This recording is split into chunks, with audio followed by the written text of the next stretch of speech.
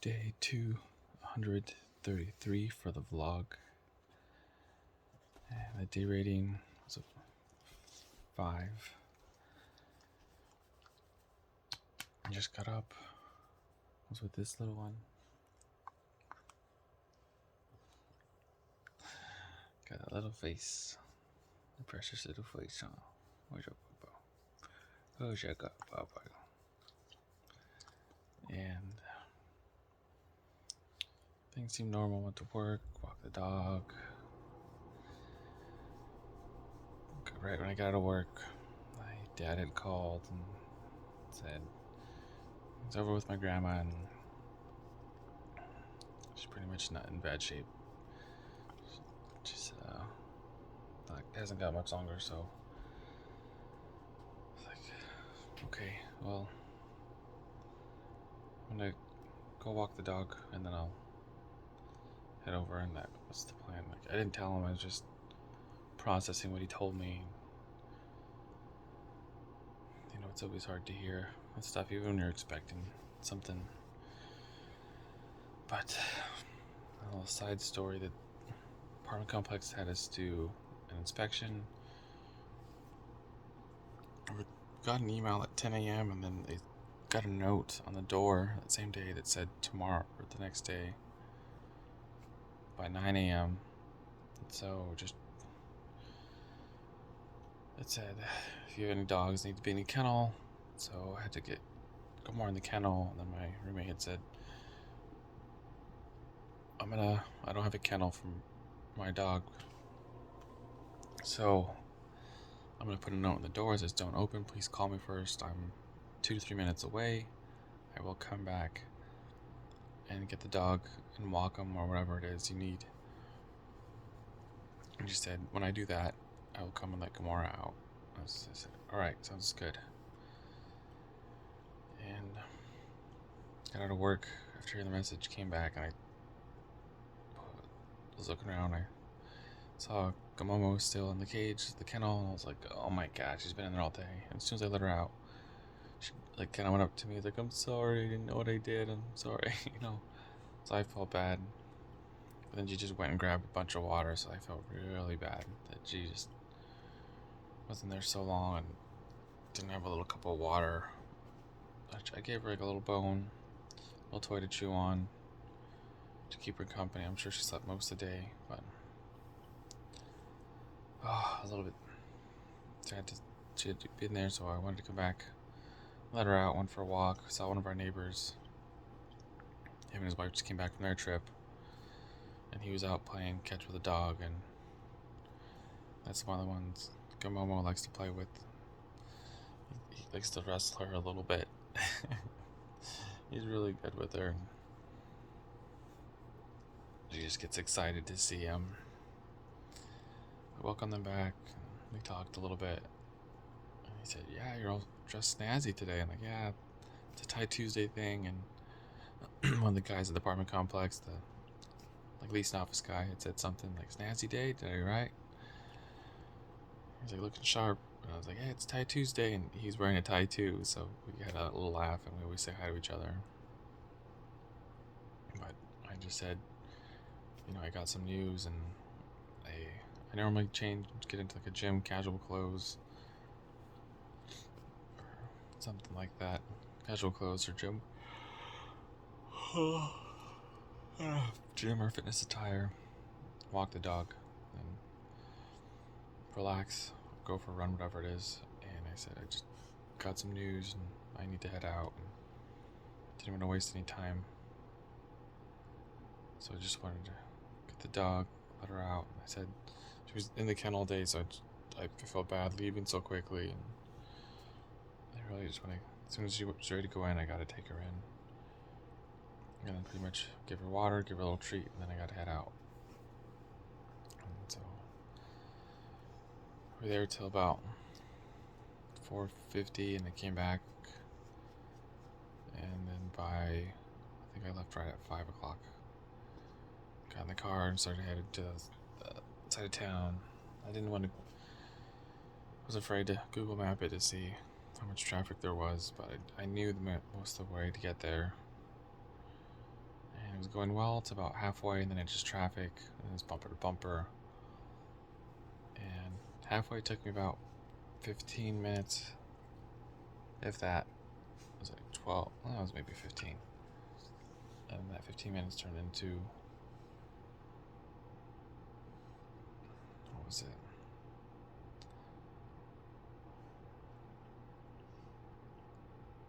Turned into about 45 minutes.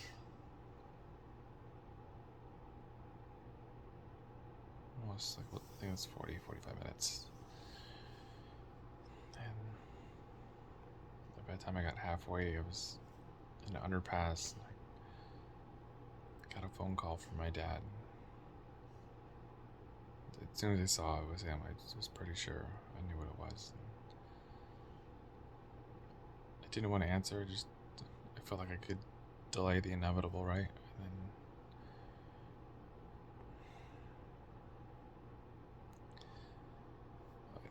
it's just I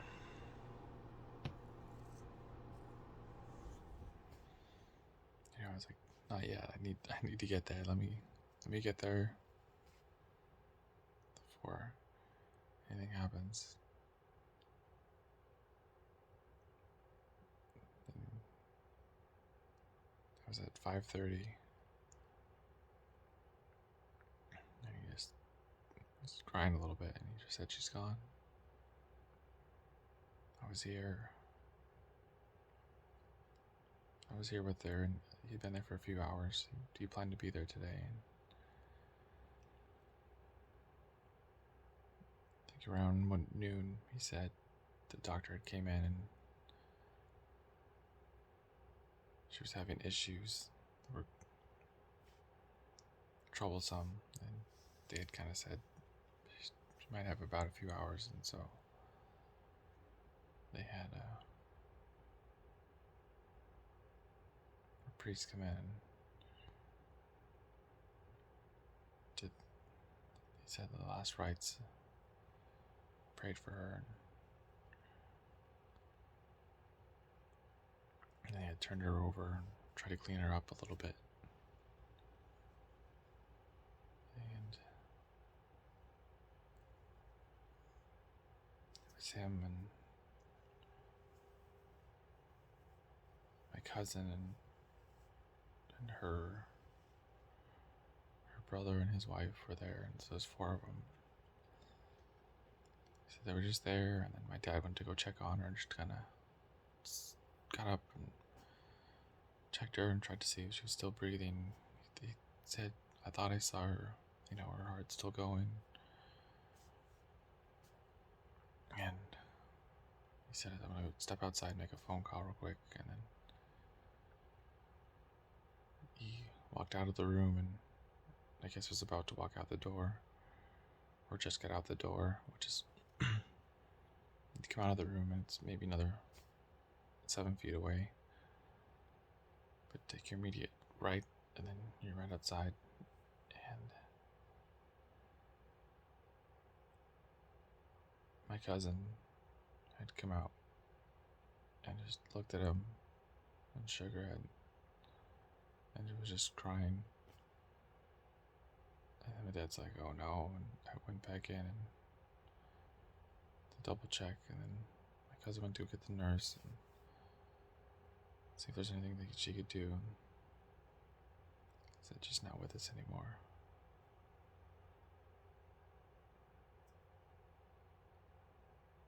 So hopefully she left in peace, and I'd like to think that my dad was the last one to see her take her last breath before she moved on, and hope maybe she was even just waiting to say, I know I don't want you to see me suffering. I want you to see me one last time, and then I'm okay to go.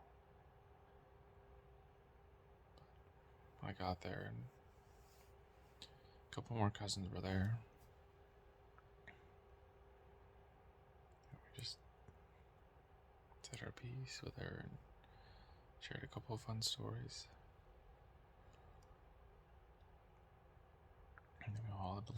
little prayer with her one last time, and just tried to be there for my dad. I'm sure he's got 100 emotions, even though he's been, thinking about this is a possibility for the last year or so, just with their short memory and knowing about the cancer before. Just, and suddenly it just spread and hit her really hard. So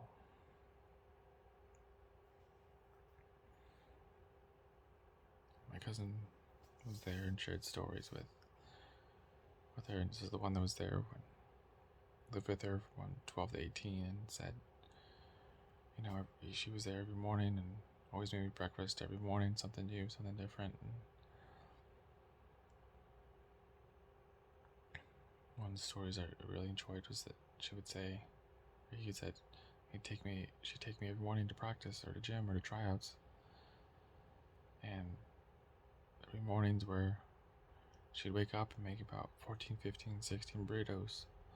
And she'd go to school and come out of the car with a little ice chest and walk over there with me and hand it out to a couple of my teammates and the coach and the principal and the assistant principal and the janitor.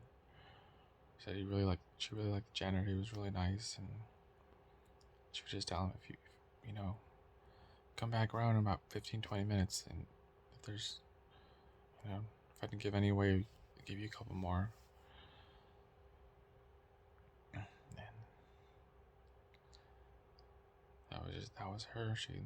She loved to feed people. So if you ever met her, she always tried to feed you, and that's how you knew that she loved you and she appreciated you. You were kind of part of her family. She wanted to feed your stomach and feed your soul with good food, good love, good support. So it's something to think. Me and my cousin Jose said we're going to try to carry on, and we're going to, try to feed more people when we can, and remember her that way. And so we were there for about another hour. I think we left about 8 o'clock. And then I had a friend call me right before I left. We had talked all the way back, and I was crying on and off and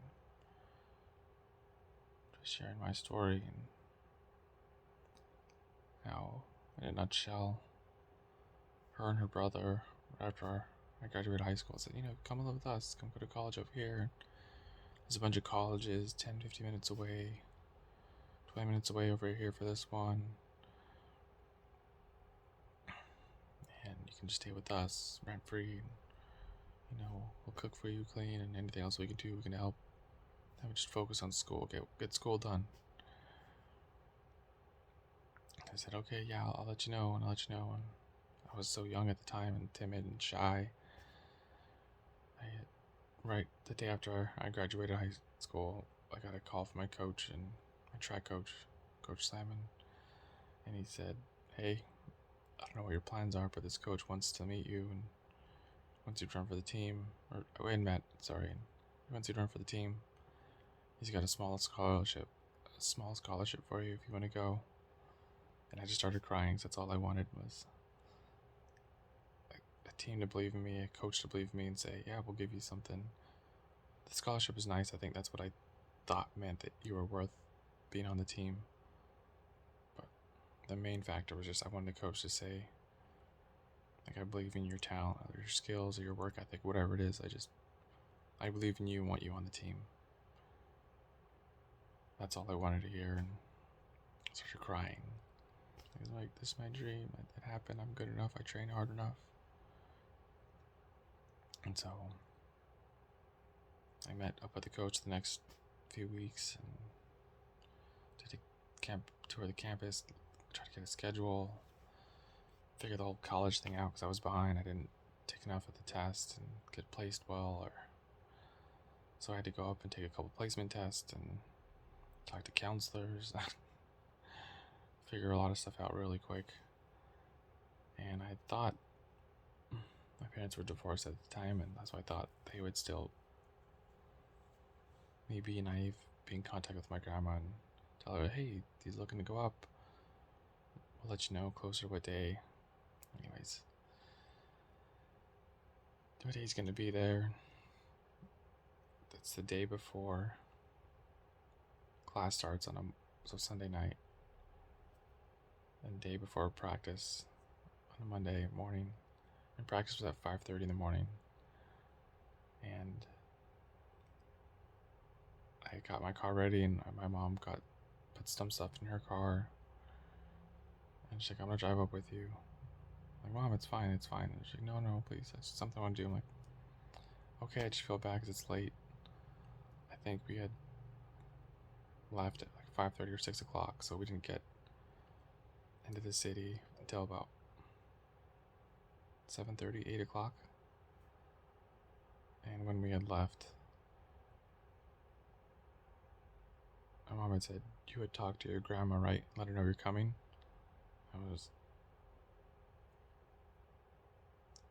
In my head, I'm still acting like a kid, and I was naive, and I thought that parents just were reading my mind, and they knew what was going on, and they had contacted her and said, hey, just to let you know, he decided to go to college up in the city. He's probably gonna be living with you, but we won't know for sure. He doesn't talk too much about it. I was so quiet and thought that they knew everything was going on in my head, And so I show up there on her and my uncle's doorstep about 7:45, 8 p.m. at night. And I knock on the door and say, hey, Grandma, how are you? Good, how are you? Come on in. She's like, hey, do you remember you guys talked about me living with you to go to college? Is that still okay? And she's kind of stunned, like, yeah, of course. Give me a minute to go clean up the room. And she let me in. So that was it.